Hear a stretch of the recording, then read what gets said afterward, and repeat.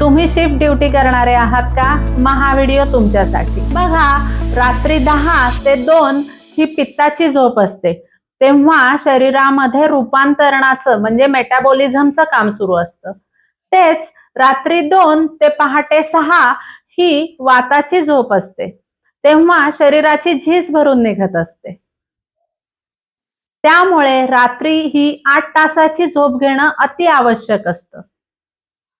पण आपल्या ड्युटीमुळे जेव्हा ही झोप मिळत नाही, तेव्हा रूपांतरण आणि झीज भरून निघणं याच्यात अडथळे येतात.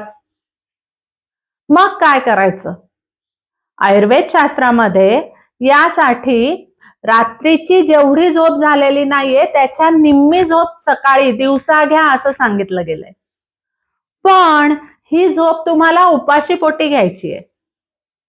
म्हणजे तुम्ही ड्युटीवरून आल्यानंतर लगेच झोपायचं आहे.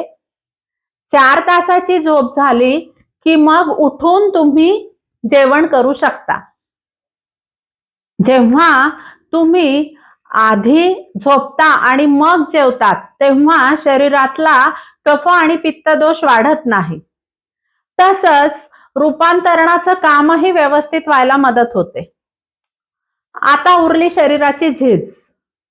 वाताच्या काळात होणारी शरीराची झीज भरून काढण्यासाठी तुम्ही अभ्यंग करू शकतात. आयुर्वेद शास्त्रात तर अभ्यंगम नित्यम आचरयेत असं म्हटलंय. म्हणजे अंगाला रोज तेल लावा. पण रोज रोज हे शक्य नाही झालं तर निदान श्रीर श्रवण पादेषु तम विशेषेण शीलयेत. म्हणजे तुम्ही निदान डोक्याला, कानांना आणि पायाला तरी तेल लावू शकता. कोणतं तेल लावायचं याबाबत कन्फ्यूज असाल तर तुमच्या आसपासच्या आयुर्वेदिक तज्ञांकडून तुम्ही तुमची प्रकृती समजून घेऊन त्यानुसार ते योग्य त्या तेलाची तुमच्यासाठी निवड करतील. ते तेल तुम्ही वापरू शकतात. सकाळी जेवणाच्या आधी घेतलेली झोप आणि अभ्यंग केल्यामुळे तुमच्या शरीराची होणारी झीज थोडीशी थोपवता येणार आहे आणि रूपांतरणाचं काम सुद्धा व्यवस्थित होणार आहे. बघा, जे रोज रात्री जागरण करून काम करतात त्यांना त्या मानाने वार्धक्य थोडं लवकर येतं. हे संशोधनाने सिद्ध झालेलं आहे. मग आपल्याला असं वार्धक्य लवकर येऊ नये म्हणून तुम्ही मी सांगितल्याप्रमाणे सकाळी उपाशी पोटी अशी 4 तासाची झोप घ्या आणि रोज अभ्यंग करा.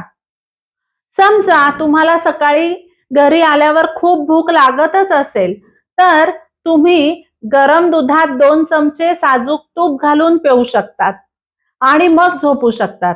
पण जेवण करून झोपायचं नाहीये.